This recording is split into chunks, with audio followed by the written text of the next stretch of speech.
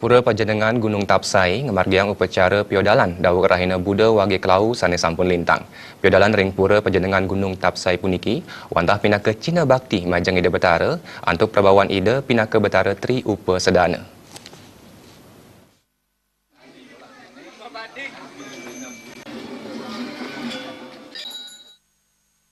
Pura Panjenengan Gunung Tapsai sana mengenal ring banjar adat Pura Gai Kecamatan Rendang Karangasem ngamargiang pecara piodalan Dawur Rahina Buddha Wage Kelau. Manut pemangku Pura Panjenengan Gunung Tapsai Jero Mangku Karyasa, pucak piodalan sana kepekelingin ring Rahina Buddha Cemang Kelau puniki wanta cihna bakti majang ida betara antuk perbawan ida betara Tri Upa Sedana pemekas yang Betari Saraswati, Betari Sri saha betara Rambut Sedana. Betara Tri Upa Sedana puniki melinggas tanah ring Gunung Tapis, Gunung Panjenengan saha Gunung Kelebak. Piodalan ring kalai mangkin kemargiang nyatur alit saha pedudusan alit. Melarapan antuk pemargin upacara piodalan puniki samian kerama Hindu kaptiang Presiden Manggih Kerahayuan, Kerahajengan saha Kasukertaan. Caru mancu mua ring jaba, lantur ring jaba pisan, ring datu gede mekeliling sir, cicang wentenang daler piodalan. Linggih hidup betara Tri Upa Sedana.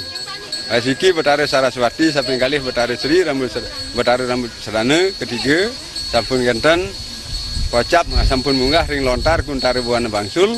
Inggih punika wastan karya puniki, napi wastane titiang wantah catur alit, muang pedudusan alit.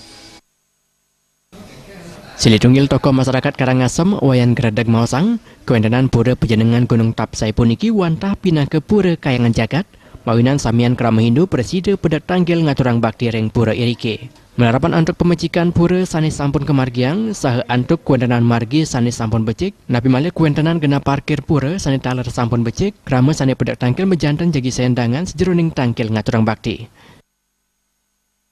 Nah, sampai sekarang kita perlu bersyukur sudah ada pengakuan dari Kementerian Agama lewat Dirjen Hindu kita di Jakarta.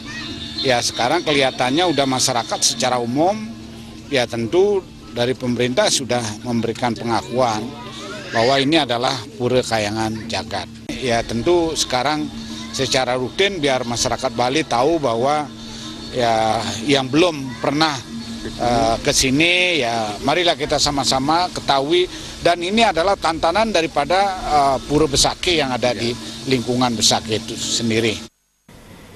Piodalan ringgalai punika kepuput ide pedanda Buddha Kerta Yoga saking Kriya Buddha Keling Karangasem, kesarangin ide pedanda Siwa Putra Kemenuh Singerada saking Kriya Singerada. Piodalan ring Pura Panjenengan Gunung Tapsai galai mangkin tiosan kekosakin antuk pemedek saking Widangan Karangasem, talat kekosakin antuk pengerawah pemedek saking Dura Kabupaten Karangasem.